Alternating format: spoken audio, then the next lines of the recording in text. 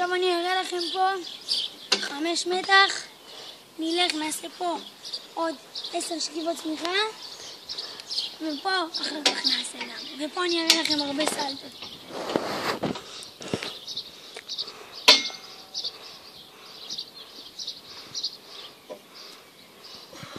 אחרי 5 הזה, עכשיו אני אוריד את החולצה, אני אראה לכם שרירי בטן, איך מרימים משקולות כל פעם. תסתכלו, תצלם את החזה, אתם רואים? נפוח, הכל שתיים, נפוח. עכשיו תראו את הקוביות, איך הם בוטות 2, 4, 6, 8. עכשיו קבלו, אני אעשה לכם פה 3 כאלה, לא כאלה הפוכות כמו שעשיתי פה, אלא כאלה, באחיזה הזאת. בסדר? תראו, קודם כל אתה בא ככה, מי שלא מגיע שייתן קפיצה קטנה, יגיד לעצמו מתי שהוא מתעייף שעשה ככה. נגיד עכשיו סתם התעייפתי, ונגיד עכשיו אני מתחיל 1, הנה תסתכלו, נכון עשיתי 1, אם אני מתעייף באמצע, לעצור, לנשום ואז להמשיך, כמו נגיד תראו אני עושה לכם במכה את זה.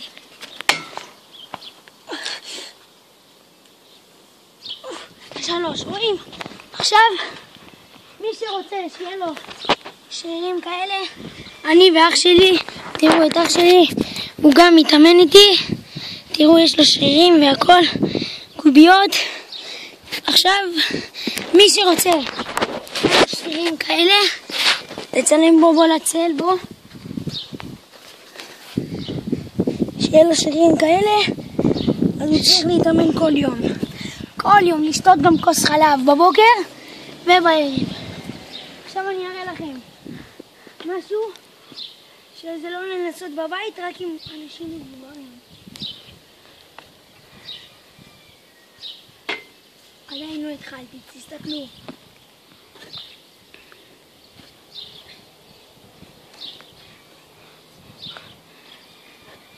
לא לנסות בבית. מעכשיו אני אומר לכם, לא לנסות בבית.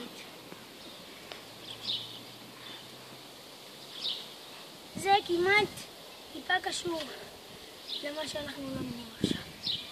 שיווי משקל. 1, 2, 3. אתם רואים? זה מסוכן. אם אתם רוצים גם שנתפס לכם השריר ואתם רוצים אלייך אלך עד סוף העולם, אלחם למענך לבד מול כולם, אני מוכן. מי זה היה? 5. גם מה שאני עומד להראות לכם, אני עושה לכם עכשיו 2 יהלום על זה, וזה מסוכן, יכולים לשבור גב כל החיים, כאילו על כיסא גלגלים חס וחלילה. בוא תצלם מפה, שהם יראו את היהלום. קודם כל, שמים ככה ידיים 1 על 1, ועושים 1, 2. אחרי היהלום, קודם כל, לא לנסות בבית, רק עם מבוגרים שמשגיחים, אני לא ממליץ. לך טיפה אחורה. אני לא ממליץ, למה אתם יכולים גם ליפול. תראו מה אני עושה. אתם רוצים שיהיה לכם שרירים, תשבו ככה. אני אומר לכם לא לעשות, ממליץ. הרי 1. הרגליים יהיו ככה, וזה מחזק שרירים.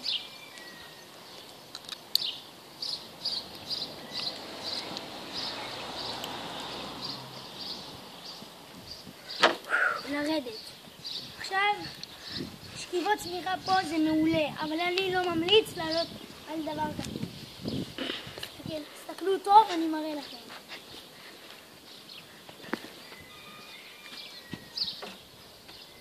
1, 2, 3, 4.